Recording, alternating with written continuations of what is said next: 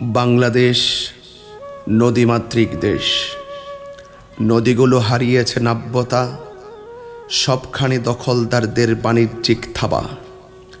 অন্যদিকে হাওর বাওড়ের পানির উৎসব ভারতের আসাম ও মেঘালয়। সেখানে আসামের মৌসুমে লাগাতার বৃষ্টি হলেই পাহাড়ের ঢল নামে। এবারের ঢলের পানিতে ভাসছে মানুষ, ভাসছে জনপদ। খাবারের সংকট, পানির সংকট, পানি থই থই চারদিক। ঢলের স্রোত পেরিয়ে মানুষের কাছে যাওয়া নিতান্তই কষ্টসাধ্য। রেকর্ড পরিমাণ বন্যায় ডুবেছে সিলেট বিভাগের বেশিরভাগ অঞ্চল। টানা বর্ষণ আর উজান থেকে নেমে আসা ঢলে সুরমা আর কুশিয়ারা নদীর কুল উপচে সিলেট আর সুনামগঞ্জের বন্যা পরিস্থিতি ভয়াবহ রূপ ধারণ করেছে।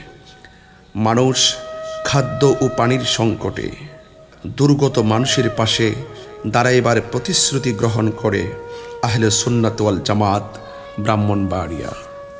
দেশ প্রবাসের অনেক মানবিক যোদ্ধাদের সার্বিক সহযোগিতার মাধ্যমে আমাদেরকে যথেষ্ট সাপোর্ট করে।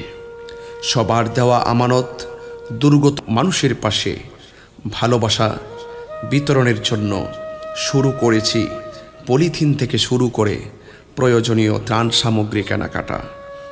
স্বতঃস্ফূর্ত মনোভাব নিয়ে ত্রাণ সামগ্রী প্যাকেট করতে শুরু করে আহলে সুন্নাত ওয়াল জামাত ব্রাহ্মণবাড়িয়া।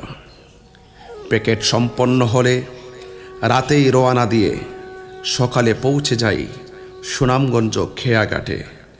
ছিল কিছু বিড়ম্বনা, পৌঁছে গেলাম।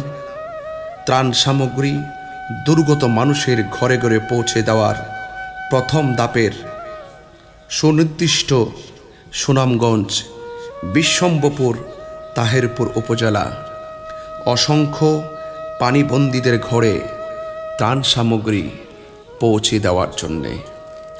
দুর্গত মানুষের আর্তনাদ কতটুকু ভারী হলে মানুষ ঝাঁপ মেরে ভালোবাসার সামগ্রী গ্রহণ করতে আসে।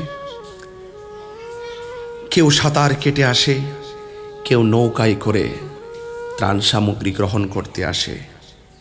পানিবন্দী মানুষের কষ্টের স্বাদ অনুভব করতে যখন নিজেরাই পানিতে নেমে পড়ি, তখন আর চোখের পানি ধরে রাখতে পারি না।